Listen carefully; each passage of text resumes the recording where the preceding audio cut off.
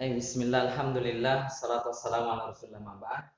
Ayohal ikhwan wa ayatul akhwat, semoga Allah subhanahu wa ta'ala menjaga kalian semua. Di video pembelajaran ini insyaallah ta'ala kita meroja singkat dulu sebelum kita masuk ke praktek bagaimana gambaran tasrif lugawi di dalam juz amma atau di surat-surat pendek yang telah kita hafalkan dan apa kandungan makna dari bentuk kata yang ada dalam surat tersebut. Namun kita harus meroja kembali tentang at-tasriful lughawi, judulnya tasriful lughawi, di mana ada di sini saya jadikan 5 pembahasan pada tasrif lughawi yang perlu kita pahami ya, luangkan waktu memahami dan berusaha untuk memahaminya. Karena ada 14 bentuk kata, ya, ada 14 bentuk kata di sini 6 di sini 2 berarti 14 bentuk kata dalam tasrif atau perubahan kata pada tasrif lughawi ini, maka kita harus memahami setiap kata yang ada pada tasrif lughawi tersebut dengan pendekatan makna di dalam bahasa Indonesia, ya. Sekarang coba perhatikan. Bentuk tasrif pertama fa'ala, kalau kita tasrif fa'ala, fa'ala, fa'alu, fa'alat, fa'alata, fa'alna, fa'alta, fa'altuma, fa'altum, fa'alti, fa'altuma, fa'altunna, fa'altu, fa'alna. Jadi 14 bentuk kata ini yang kita akan pahami secara singkat lagi karena merujuk saja. Kemudian kita akan lebih cenderung masuk kepada contoh dalam Al-Qur'an yang surah-surah yang kalian sering hafalkan namun maknanya apa yang terkandung pada bentuk kata tersebut atau sesuai dengan tasrif atau bentuk kata pada tasrif lugawi. Nah, yang pertama fa'ala, fa'ala, fa'alu, 3 bentuk kata ini ya, itu adalah kata ganti ya, kata ganti, kata ganti orang ya, sering disebut kata ganti orang ketiga ya. Maknanya di dalam sini, di dalam 3 bentuk kata ini ada orang ketiga yang sering dimaknai orang ketiga. Ya. Namun sebelum kalian kita lanjut ini, kalian harus pahami istilah orang pertama, ada orang kedua dan ada orang ketiga. Nah, di dalam komunikasi, ilmu komunikasi yang untuk berbicara itu ada istilah orang pertama, kedua dan ketiga. Orang pertama di sini disebut orang yang memulai bicara, orang memulai atau yang berbicara ya. Orang yang memulai pembicaraan. Ini disebut orang pertama. Misalkan guru masuk kemudian bertanya kepada kalian, bagaimana kabar kalian? Kaifa halukum, kaifa halukunna. Jadi guru itu adalah orang pertama. Intinya yang memulai pertama kali percakapan, pembicaraan atau kisah itu adalah orang pertama. Ya. Kemudian ada yang disebut dengan orang kedua. Ya. Orang kedua di sini yang diajak. Ya. Orang yang diajak bicara. Orang yang diajak bicara disebut orang yang kedua. Misalkan Ana mengajak bicara kepada kalian, bagaimana kabar kalian? Nah, jadi kalian yang Ana ajak bicara ini adalah orang kedua. Orang kedua. Intinya lawan bicara itu adalah orang kedua. Ya. Kemudian orang ketiga. Ya. Orang ketiga ini yang disebut yang sering disilakan bahasa singkatnya adalah yang dibicarakan. Yang dibicarakan ya. Atau yang diomongin ya, atau yang menjadi objek pembicaraan yang dibicarakan atau objek objek pembicaraan ya. Atau kalau bahasa negatifnya yang digibah gitu. Yang digibah itu adalah orang ketiga. Kalau negatif, adapun kalau positif maka tidak termasuk gibah. Jadi 3 istilah ini, orang pertama adalah orang yang memulai pembicaraan, yang pertama kali memulai pembicaraan. Kemudian orang kedua adalah orang yang diajak bicara, ya. Orang yang diajak bicara. Kemudian orang ketiga adalah orang yang dibicarakan atau objek pembicaraan. Baik. Sekarang kita masuk jelasan secara singkat lagi tentang fa'ala fa'ala fa'alu. Baik. Fa'ala fa'ala fa'alu di sini ada sebuah simbol kata ganti orang ketiga. Jadi 3 bentuk kata ini adalah orang yang akan dibicarakan. Ya, dia adalah orang ketiga. Namun maknanya di dalam setiap kata ini, adalah laki-laki, yang dibicarakan adalah laki-laki, yang dibicarakan ya, yang dibicarakan itu adalah atau yang diomongin di dalam kata kerja ini adalah lelaki. Pelakunya adalah lelaki. Di dalam kata kerja fa'ala dia seorang laki-laki. Fa'ala mereka dua orang laki-laki. Fa'alu mereka lebih dari dua orang laki-laki. Yang jelas yang dibicarakan adalah orang ketiga dan laki-laki. Ini makna dari fa'ala, fa'ala, fa'alunya. Kemudian seperti yang dengan fa'alat. Fa'alat perhatikan kata ganti ketiga namun wanita. Yani fa'alat maknanya yang dibicarakan ini di dalam kata kerja ini fa'alat, fa'alat, fa'alna adalah wanita, pelakunya wanita. Fa'alat ini adalah satu orang wanita, dia seorang wanita yang diajak bicara. Oh dia itu adalah seorang wanita, dia adalah seorang wanita yang telah berbuat. Fa'alata mereka dua wanita, mereka itu berarti orang ketiga, mereka yang diajak, yang dibicarakan. Dua orang wanita telah berbuat, kemudian ini lebih dari dua wanita. Fa'alna dan ini fa'alna. Fa'alna adalah lebih dari dua wanita yang dibicarakan. Insya Allah ta'ala dengan contoh kalian akan bisa ada gambaran nanti dalam satu surah yang kita akan sebutkan di pertemuan ini. Kemudian begitu halnya dengan fa'alta. Kemudian ini sudah dipahami orang ketiga ya. Gambaran orang ketiga atau yang dibicarakan supaya kalian bisa memahami betul setiap kata ini apa kandungan pelakunya. Pelakunya siapa di dalam bentuk kata tersebut. Kalau ini orang ketiga berarti dia seorang laki-laki sampai di sini ya. Sampai fa'ala. Sekarang yang berikutnya kata ganti orang kedua atau KG kedua, kata ganti orang kedua. Nah, di sini maknanya laki-laki. Fa'alta ya, ada ta, simbolnya itu adalah ta yang sering disebut para ahli bahasa. Ta di situ adalah ta fa'il, menunjukkan pelakunya itu adalah ta engkau atau orang kedua. Nah, engkau sering diterjemahkan engkau atau anda. Simbolnya itu ta ini, ta, tuma, tum, itu adalah maknanya adalah engkau, maksudnya orang kedua yang diajak bicara. Misalkan anti ya Fatimah, misalkan anti Fatimah, engkau ya Fatimah, atau anta ya Azam misalkan. Ya, jadi ta ini, kalau ini simbolnya laki-laki. Engkau ya Zaid, engkau ya Ahmad, engkau ya, nah, itu semua ya tergantung bentuk katanya. Kalau yang fa'alta, jadi ini ditujukan kepada satu orang laki-laki. Misalkan katabta al-wajib al-manzili ya Azam, katabta.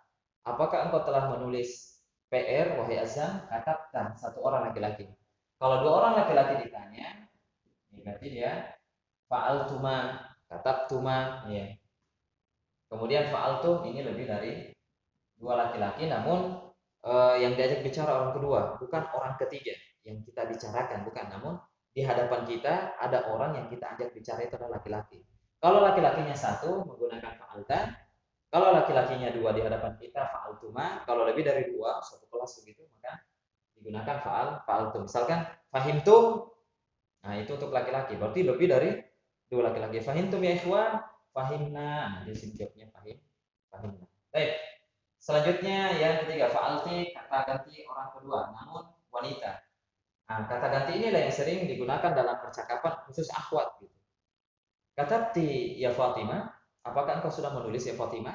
Akalti ya Rengganis, misalnya. Apakah engkau telah menulis wahai Rengganis? Ya, ini digunakan dalam dunia percakapan juga sangat penting karena tasrif logawi ini berbicara tentang kata ganti pelakunya orang yang dimana percakapan ya butuh ya menggunakan kata ganti siapa yang agak diajak bicara, siapa yang dibicarakan, siapa yang berbicara. Makanya sangat penting pembahasan ini dalam dunia percakapan juga. Ya. Kemudian kalau fa'alti jadi satu orang wanita kayak di atas, yang diajak bicara itu adalah satu orang wanita. Kemudian fa'altuma itu dua orang wanita yang di hadapan kita.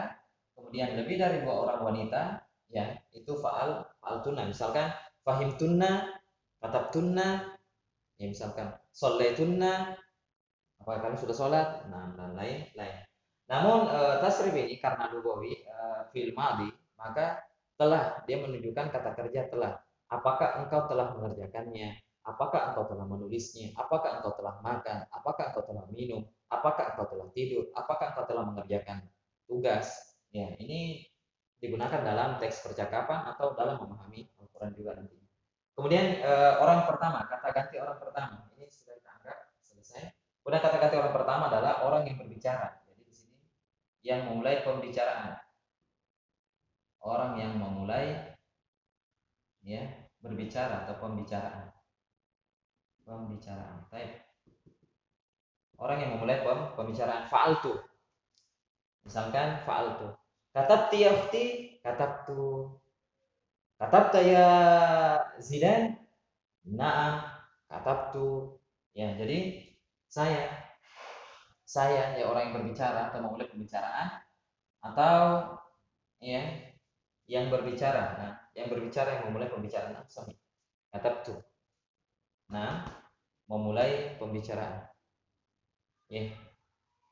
Sekarang juga kalau fa'altu di sini juga bisa digunakan ikhwan maupun akhwat, sama jawabannya. Katabtu, akaltu, syaribtu, semua bentuk-bentuk kata ini adalah saya telah makan, saya telah minum, ya, saya telah tidur, saya telah wudhu, tawaddatu, saya telah wudhu, dan lain-lainnya. Oleh fa'alna, ya, ini menunjukkan lebih atau lebih dari dua, ya, lebih dari dua pekerjaan yang fa'alna. Katabtunna ya akhwat, katabna, gitu misalkan. Fahimtuna ya akhwat, fahimna. Fahimtum ya ikhwan, fahimna. Berarti lebih dari dua itu sudah memahaminya. Jadi ini tasrif singkat, tasrif lugawi, dimulai dari fa'ala, maknanya, pelakunya, pelaku dan jenisnya itu dijelaskan dalam bentuk kata ini.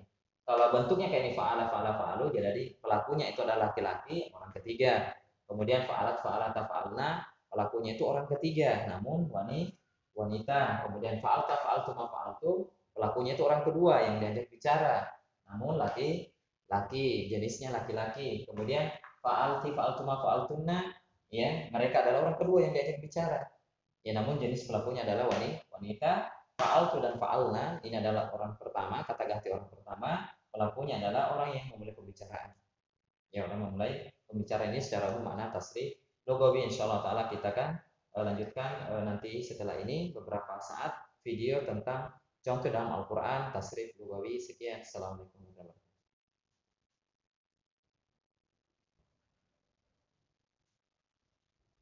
Nah, Bismillah, melanjutkan sebagaimana anda janjikan, lihat gambarannya di sini. Ya, sekarang akan masuk pada contoh tasrif lugawi dalam Al-Quran. Bagaimana cara menemukan tasrif lugawi dalam Al-Quran atau makna yang terkandung salah satu bentuk kata tasrif lugawi yang ada dalam Al-Quran. Surah yang kita hafalkan semasa kecil, yaitu surah Al-Falaq. Seperti surah Al-Falaq ayat 2 dan 3, Allah Subhanahu wa taala berfirman, "A'udzubillahi minasyaitonirrajim. Min syarri ma khalaq." Coba perhatikan kata yang pertama, ayat kedua pada garis atau bentuk kata kholako. Ya. Di sini sangat jelas kalian bisa melihat apa bentuk tasrifnya pada kata kholako ini mirip dengan bentuk kata apa? Ya, kalau kita jawab maka ya akan persis dengan fa'ala. Nah, bentuk fa'ala. Lihat, kholako, fa'ala, ini disebut wazannya. Patokan bentuk katanya mirip dengan tasrif yang mana? 14 kata pada tasrif logi tersebut. Perhatikan, kholako artinya menciptakan. Nah, jadi dia mirip dengan bentuk kata ini kan, fa'ala. Sedangkan fa'ala maknanya dia seorang laki-laki. Maksudnya seorang laki yang telah menciptakan. Dia seorang laki telah berbuat. Jadi makna dari kholako karena mirip dengan fa'ala ya sama wazannya, maka kholaqo di sini kita maknai dia ya seorang laki-laki. Kenapa dia pakai laki-laki? Namun Allah Subhanahu wa taala tidak boleh sifati demikian karena itu penyerupan kepada makhluk. Yang jelas makna kholaqo di sini bukan perempuan, ya. Ya, kemudian dia telah, kalau dimaknai dia telah menciptakan. Ya, jelas kata kholaq itu artinya menciptakan. Maknanya apa kholaqo ini? Karena wazannya sama dengan fa'ala, jadi maknanya dia satu ini telah menciptakan. Pelakunya itu satu, dia telah menciptakan. Min syarri ma kholaq. Ya, kami berlindung dari keburukan, kejelekan, dari segala sesuatu yang telah diciptakan. Yang dia, yang Allah Subhanahu wa taala. Ya, jadi kita berlindung terhadap segala sesuatu yang diciptakan oleh Allah Subhanahu wa taala. yang Allah Subhanahu wa taala ciptakan. Ini makna dari khalaqa. Siapa pelakunya? Yakni Allah Subhanahu wa taala, subjeknya yang menciptakan segala sesuatu. Kita berlindung kepada Allah Subhanahu wa taala. Jadi maknanya sekali lagi adalah sama dengan fa'ala, wazannya sama. Kemudian dia satu telah menciptakan, maknanya dia menciptakan. Siapa dia itu? Ya Allah Subhanahu wa taala. Begitu halnya dengan ayat yang ketiga. Wa min syarri ghasiqin idza waqab, juga sama. Ya. Sama juga dengan waqaba. Nah, waqaba, dan kita berlindung dari keburukan kegelapan di sini. Ketika malam, ghasiqin itu kegelapan. Idza waqabat, waqaba ini gelap gulita. Ketika sudah gelap gulita. Kita berlindung kepada Allah Subhanahu wa taala ketika malam hari, ya, karena banyaknya kejahatan-kejahatan di malam hari, ada perampokan, pencurian, begal dan lain-lainnya, atau penyakit-penyakit yang bisa menimpa kita di malam hari. Kita berlindung kepada Allah Subhanahu wa taala. Nah, lihat juga waqaba. Sama juga, lihatin dia ikut wazan apa waqaba ini. Dalam tafsir Lughawi, rupanya sama juga fa a fa'ala juga. Jadi kita tarik maknanya, dia yang di sini maksudnya Allah Subhanahu wa taala. Kita berlindung kepada dia, kepada Allah Subhanahu wa taala. Dia Allah Subhanahu wa taala, ya. Kalau yang di atas kala menciptakan, kalau waqaba wa min syarri ghasiqin idza waqaba. Lala, bukan Allah Subhanahu wa taala. Jadi maknanya adalah kegelapan di sini. Ghasiqin, ghasiq jika malam hari, artinya malam. Kita berlindung dari keburukan malam apabila ada gelap gulita. Jadi dia di sini adalah malam hari. Tapi adalah malam, berlindung apabila malam hari itu sudah gelap gulita. Gelap gulita yang sangat malam, ya, malam yang sangat mencekam, ya. Wallahu a'lam bishawab. Jadi ini gambaran dari tasrif dalam Al-Qur'an. Kalian bisa ngecek ketika membaca surah-surah pendek itu, lihat bentuk katanya nih, fa'ala gitu. Fa'ala, dia dari 3 huruf, ikut wazan apa dia? Ikut timbangan apa? Fa'ala, fa'ala atau fa'ala. Kemudian yang kedua dalam surah An-Nasr, idza ja'a nasrullahi wal fath. Kemudian ada ayat yang kedua, wa ra'aita, perhatikan, wa ra'aitan nasa yadkhuluna fi dinillahi afwaja. Di dalam ini juga lihat, dia ikut bentuk kata apa? Mirip dengan bentuk kata apa? Ra'aita. Nah, ada tak di belakangnya ini. Ini orang kata ganti orang kedua yang kita jelaskan tadi. Ini fa'al, nah, fa'alta, ra'aita. Ya. Lihat, ini ciri khasnya. Kalau kata ganti orang kedua itu menggunakan tak di belakangnya. Tak tumatum, ti tumatunna. Nah, kemudian maknanya engkau. Engkau yang Muhammad. Engkau maksudnya adalah Muhammad. Nabi Muhammad sallallahu alaihi wasallam, ya, wa ra'aita, dan engkau akan melihat. Idza ja'a nasrullahi wal fath, apabila Allah Subhanahu wa taala mendatangkan, apabila telah datang pertolongan dari Allah Subhanahu wa taala dan penaklukan kota Mekah pada saat itu, Fatu Mekah, wa ra'aitan nasa, maka engkau Muhammad akan melihat manusia yadkhuluna fi dinillahi afwaja. Mereka akan masuk di agama Allah Subhanahu wa taala secara berbondong-bondong, ya. Secara berkabilah-kabilah, kelompok-kelompok yang akan masuk di dalam Islam. Ra'aita, engkau Muhammad, berarti ta di situ engkau satu orang.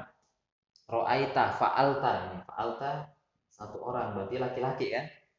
Engkau yang Muhammad akan melihat, ya, akan melihat di sini. Telah melihat atau melihat. Engkau akan melihat manusia berbondong-bondong masuk dalam agama Allah Subhanahu wa taala. Jadi kesimpulannya, contoh tasrif lughawi dalam Al-Qur'an itu sangat banyak sekali, tinggal kalian jadi dalam melihat bentuk katanya. Kalau fa'ala sangat mudah, banyak sekali dalam surah Al-Falaq juga banyak, dalam At-Tabat ada juga. Wa ma kasaba, lihatin hurufnya a. Nah, kembali dia ikut wazan apa? Fa'ala atau fa'alta. Wallahu a'lam bishawab. Mungkin ini yang bisa sampaikan di pertemuan ini, semoga bermanfaat. Kalian catat, jika ada manfaat dari video ini, kalian dituntut untuk mencatat, merapikan catatannya, karena ini adalah dari semoga bermanfaat. Wassalamualaikum warahmatullahi wabarakatuh.